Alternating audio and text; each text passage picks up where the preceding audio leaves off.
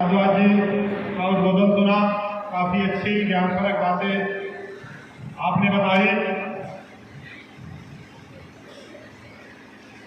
बेटा आप लोगों को जो स्मार्टफोन मिलेगा ना,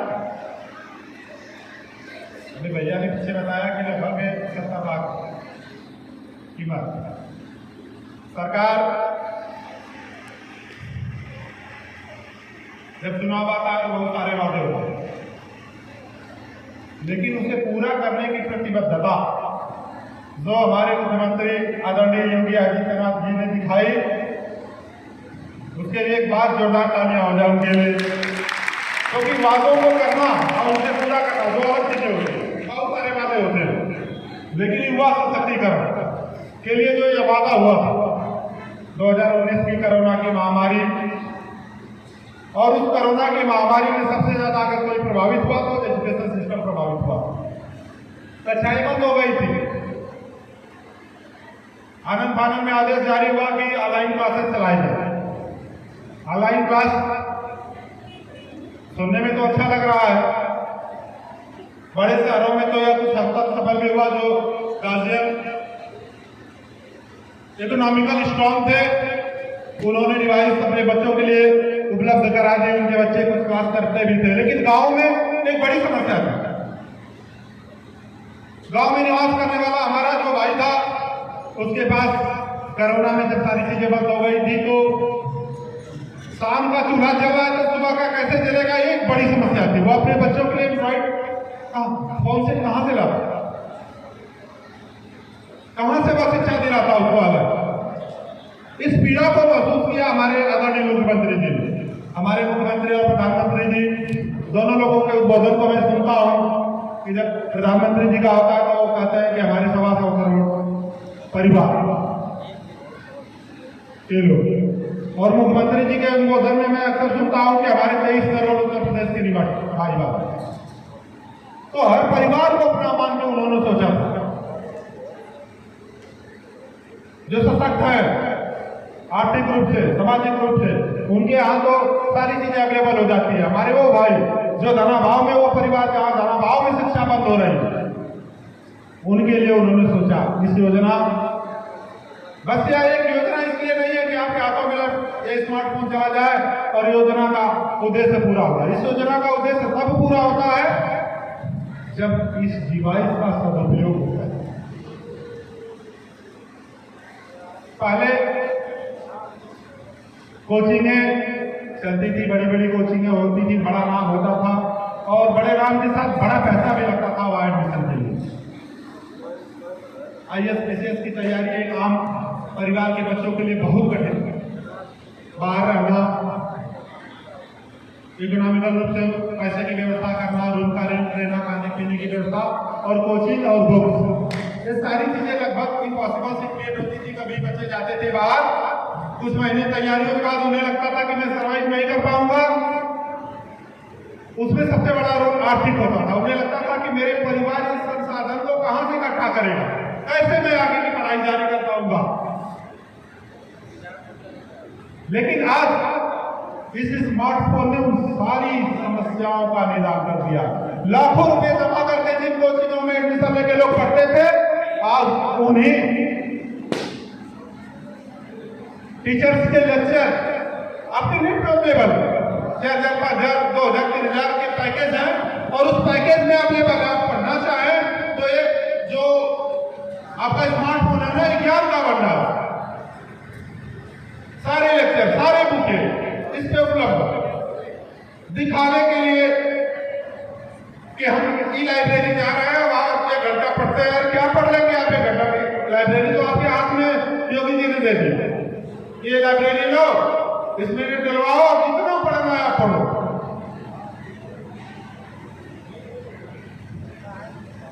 आप जब यहां से घर जाएंगे तो निगाह लगा के बैठे होंगे इस फोन के ऊपर कि गई है नया हैंडसेट लाएगी, अब तो मैं बदल लूंगा, ऐसा है ना? स्पष्ट कह देना कि देखो जो आपको एडवाइस मिला, आपके बच्चों को जितना एक्टिवेट था उसको मिल चुका है, आपका भी आपके हाथ में जाएगा, वो आपके नाम से है, आपका उस पर PU संख्या लिखी हुई है, आपके नाम से। तो उनको दिखाओ कि देखिए योगी जी ने हमारे लिए भेजा है, आपके लिए भेजा, हमारे नाम से भेजा। उन्होंने अपनी बेटियों के लिए भेजा कि हमारी बेटियां पढ़े और आगे बढ़े। नारी सशक्तिकरण का इससे बड़ा उदाहरण क्या हो सकता है? मैंने प्रयास किया कि आदरणीय जिलाधिकारी जी का कार्यक्रम मुझे मिले। मैं चाहता तो हाल में कुर्सियां लगवाता और आपको बांट देता, क्योंकि कोई दबाव नहीं था कि उनका आना ही जरूरी है। लेकिन मैं चाहता था कि कुछ तो अनुसरण करिए आप उनसे। वो अभी तो किसी घर की बच्ची रही होंगी, पढ़ी, और आज उस पढ़ाई का सम्मान है। उन्होंने पढ़ा और अपने उद्देश्य को प्राप्त किया। आज सम्मान भी उनके साथ है। जब वो आते हैं तो वहां से गेट से लेकर यहां तक भीड़ लगी होती है, तालियां बजती उनके लिए। वो आरंका खौरी के लिए तालियां नहीं बज रही थी, वो तालियां बज रही थी किसके लिए? जिला अधिकारी गाजीपुर। और यह सम्मान उन्होंने कैसे हासिल किया? ऐसे से हासिल हो सकता है? कदापि नहीं बेटा। उन्होंने पढ़ा होगा, अथक परिश्रम किया होगा, और आज इस पद पे पहुंची है तो लोग इंतजार कर रहे हैं। वैसा आप भी कर सकती हैं। आप सोचिए कि कितना प्राउड फील होगा उस दिन उस माँ बाप को जिसने आपको इस दुनिया में लाया, पाला पोसा बड़ा किया। अपने अभाव ले लेते हैं, उनको लगता है कि मेरे बच्चों को अभाव नहीं होना चाहिए। अपनी आवश्यकताओं को मार, अगर आपके लिए वो कुछ करते हैं तो निश्चित तौर पर अपनी आवश्यकताओं को कहीं कहीं वो मारते हो। अपनी आवश्यकताओं को मार के आपकी खुशियों के लिए आपकी आवश्यकताओं को पूरा करता है। कहीं न कहीं जब बच्चे बड़े होने लगते हैं तो गार्जियन अपना जीवन उनके अंदर जीने लगता है। उसे लगता है कि जो चीजें मैं नहीं कर पाया शायद मेरे बच्चे यह करें। कितना प्राउड फील होगा उस गुरु को आपको शिक्षा दे रहा है, कितना प्राउड फील होगा इस संस्था को जब यह पता होगा कि फला बच्ची जिसने मेरे यहाँ शिक्षा ग्रहण की थी, आज उस जिले की जिलाधिकारी, इस जिले की कप्तान, इस थाने की थानेदार, इस तहसील की एसडीएम बन के बैठी हुई है। आप कर सकते हो उसे। मैंने इसलिए बुलाया था कि कुछ तो सीखो आप। बेटिया, एक जमाना था जब कहा जाता था कि तुम्हारे बस का नहीं है, तुम नहीं कर सकती हो। तुम रोटी बनाना सीख लो, चूल्हा चौका सीख लो, शादी होगी अपने घर चली जाओगी। बच्चियों को परिवार आगे बढ़ाने का संसाधन समझा जाना था कि आज इस परिवार में हुई जाकर जिस परिवार में जाएगी उस परिवार के जनरेशन को आगे लेके जाएगी। उनका जीवन चूल्हा चौका तक सीमित करके रखा गया। लेकिन आज बेटी हमारी बात होती है, वो तो चांद तक पहुंची, जिले को चला रही, इसका उदाहरण आपने देखा है। प्रदेश को बेटियों ने चलाया, इसका उदाहरण आपने देखा है। देश को बेटियों ने चलाया है, इसका भी इतिहास लिखा हुआ। आज हमारे थाने की लोकल थाने अध्यक्ष एक महिला है। तो आपका समय वह नहीं है कि तुम नहीं कर सकती हो, आपका समय है कि तुम सब कुछ कर सकती हो, बस अपनी क्षमता को पहचानो। तुम्हारे पास अपार क्षमता है, तुम जो ठान लोगे वह कर सकती हो। सारे आप देवी रूप में आ जाइए। सरस्वती जी, ज्ञान का भंडार किसके पास है? सरस्वती जी के पास। अर्थ का भंडार किसके पास है? लक्ष्मी जी के पास। शक्ति का रूप किसको बना गया? दुर्गा जी को। तो आप में ज्ञान भी है, आप में तरक्की भी है और आप में शक्ति भी है, बस अपनी क्षमता को तो पहचानो। दुर्गा, लक्ष्मी, काली सब आपके अंदर विद्यमान है और सरस्वती भी आपके अंदर विद्यमान है। बेटा जीवन बहुत आसान हो जाता है, बस हम पढ़ लो। लोग तालियां बजाएंगे हमारे लिए अगर आप पढ़ लो तो।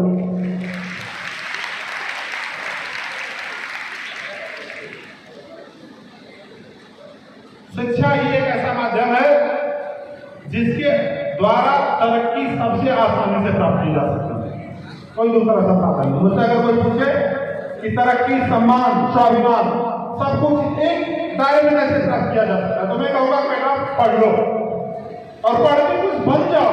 ये सारी चीजें आपके पीछे चल रही है, नहीं तो फिर जीवन बहुत कठिन है। माँ बाप तो अपनी जिम्मेदारियों से उत्तीर्ण होना चाहते हैं।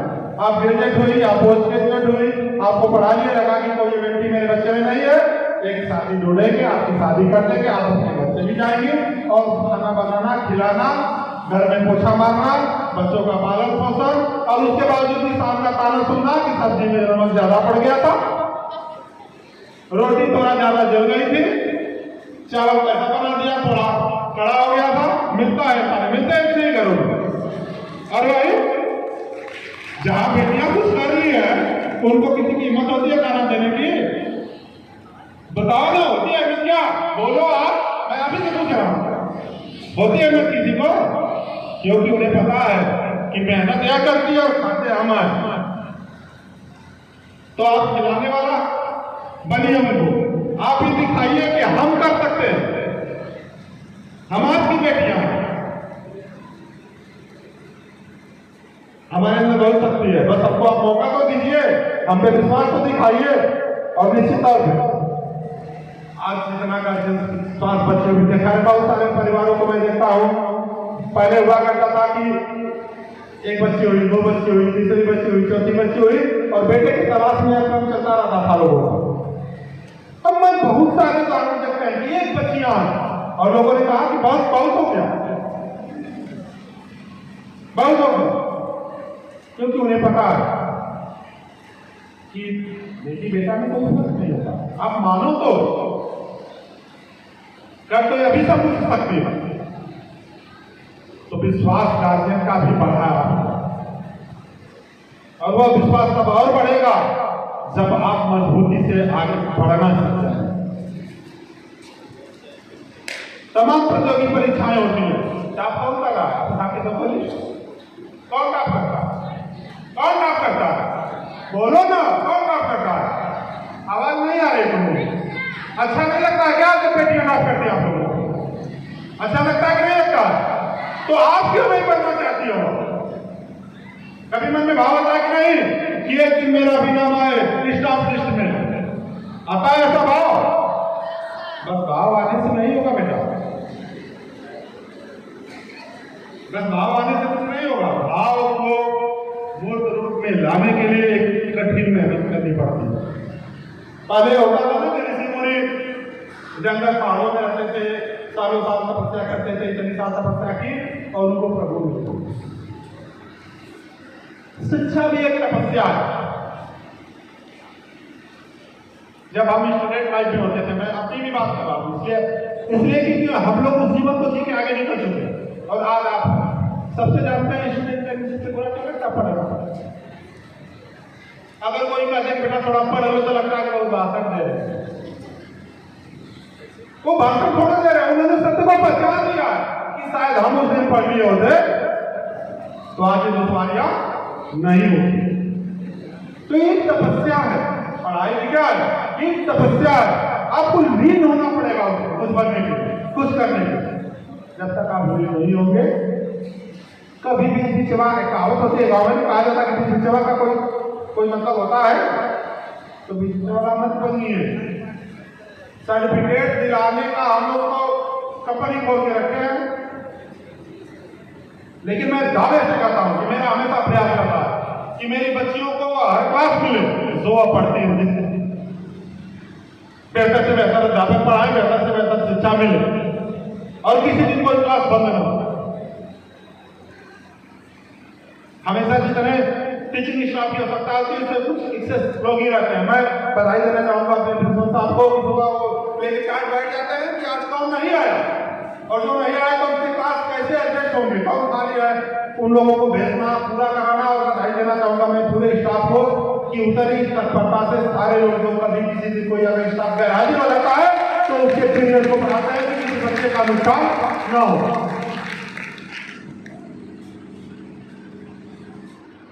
पास कराना तो हमारी मजबूरी क्या करें, आप पास होंगे तभी 10 सर्टिफिकेट का भी हमको मिलेगा, हमारी फीस का मिलेगा। क्योंकि सैकड़ों परिवार जब पीछे दिखाई देते हैं ना तो लगता है कि अगर ये काम प्रभावित हुआ तो इन बेचारों का क्या होगा जो दशक यहाँ अपना समय दे दिया तो किसी काम की भी नहीं है, कौन सा काम कर सकते हैं।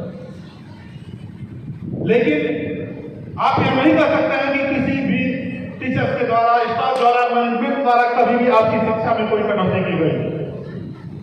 हमसे जो हो सकता है, पहले हम सालों पढ़ाते हैं आपको, हम चाहते हैं कि मैं अगर हृदय से बताऊं तो दुनिया में इससे घृणित कुछ लगता ही नहीं है कि कभी आपके लिए 1 नंबर का नकल हमको करना पड़े। लगता है कि जब हम इतनी मेहनत करते हैं तो बच्चे मेरे पत्ते क्यों नहीं। जिस दिन आप जब करने लगे कि नहीं सर इसकी जरूरत हमें नहीं है, हम कर लेंगे, तभी हमारा उद्देश्य पूरा होगा। शिक्षा को मैंने अभी पीछे बताया मनोज के बारे में, क्या जो विजन है करने का सहयोग है कि आप इंस्टीट्यूशन स्थापित, मगर कभी मैं हम लोगों के यहाँ तो यहाँ राजा अधिकार साहब को सबसे पावन माना गया है और उनके नाम पर कोई झूठ नहीं बोलता। मान लो कि मैं वहां खड़ा हूं और स्मरण से कहा कि कभी भी शिक्षा को संसाधन नहीं बनाया। इस उद्देश्य के साथ मैं इस क्षेत्र में आया था कि किसी भी गरीब परिवार के बच्चों की पढ़ाई धन के अभाव में लोग, अभाव क्या होता है लोगों ने जीवन में देखा, 5 रुपये 4 रुपये 80 पैसा फीस हुआ करती थी। 9-10 में बड़ोदरा का स्टूडेंट था और लेट पेमेंट के साथ 4 रुपये 20 पैसे और 5 रुपये जमा हुए। कभी 4 रुपये 20 पैसे नहीं हुआ जमा करने के लिए, लेट पेमेंट के साथ ही जमा हुआ था 5 रुपये। 1700 रुपये डिग्री कॉलेज की फीस हुआ करती थी, ग्रेजुएशन में 2 रुपये में जमा होती थी और बहुत सारे बच्चों की पढ़ाई इसलिए छूट जाती थी कि वहाँ 1700 रुपये इकट्ठा नहीं कर, 1700-1400 इसी तरह थी, वो इकट्ठा नहीं हो पाता था, परिवार के लोग नहीं कर पाते थे, नहीं ले पाते थे, पढ़ाइयाँ छूट जाती थी।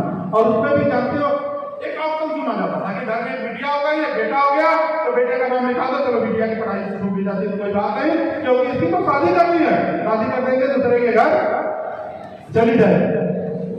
हमेशा एक उद्देश्य था कि किसी दाना भाव और आज संतुष्टि अपने आप को मिलती है कि जिस उद्देश्य के साथ संस्था को स्थापित किया गया उस उद्देश्य को संस्था यह प्राप्त कर रही है। आज फ्री के 0 बैलेंस के एडमिशन कुछ और संस्थाएं करने में, लेकिन अगर इसका श्रेय दिया जाए तो बड़े भाई डॉक्टर मनोज कुमार सिंह, उन्होंने इस चीज को, इस परिपाटी को शुरू किया, उनके अनुज के नाते हम लोगों ने अनुसरण किया और आज प्रदेश के कोने कोने में इन चीजों का अनुसरण होता। ऐसा नहीं कि उन्होंने शुरू किया, उन्होंने आओ तो मैं तो दावे से कह सकता हूं कि धना भाव में कभी किसी बेटियों की पढ़ाई अब नहीं हो रही और उद्देश्य सर्टिफिकेट आपको देने का नहीं है, आपको ज्ञान परक शिक्षा देने का है। तो इस आग्रह के साथ मान लो मेरा आग्रह आपका गुरु भी हो, बड़ा भाई भी मान सकते हैं, आपका अभिभावक भी हो या आपका माँ बाप हो। आप जब घर से ड्रेस पहन के स्कूल के लिए चल लेते हो तो मेरी रिस्पॉन्सिबिलिटी में हो जाते हो, मेरी जिम्मेदारी में। तो जब तक घर जाके ड्रेस नहीं निकलता है तब तक आप मेरी जिम्मेदारी में। लोगों कोई 2 बच्चे होते हैं, उन लोगों को अपना परिवार मानते हैं, मेरी संस्था में पढ़ने वाला हर बच्चा मेरा बेटा, हर बच्चा नहीं देखती है, उतना भाव रखा है।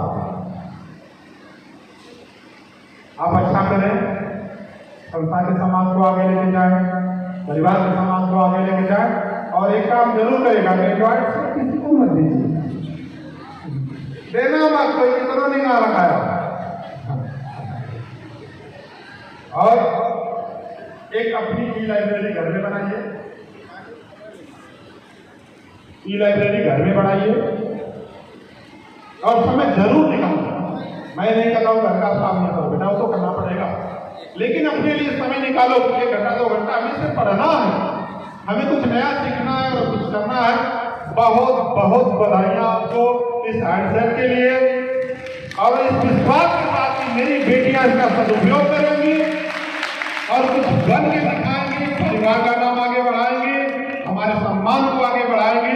आपको बहुत बहुत ढेर सारी बधाइयां और मैं प्रिंसिपल साहब से चाहूंगा कि अब आप वितरण का कार्यक्रम अनवरत चलाइए, क्योंकि बच्चियां बहुत आसान है कि उनका हैंडसेट कब उन्हें मिलेगा। बहुत बहुत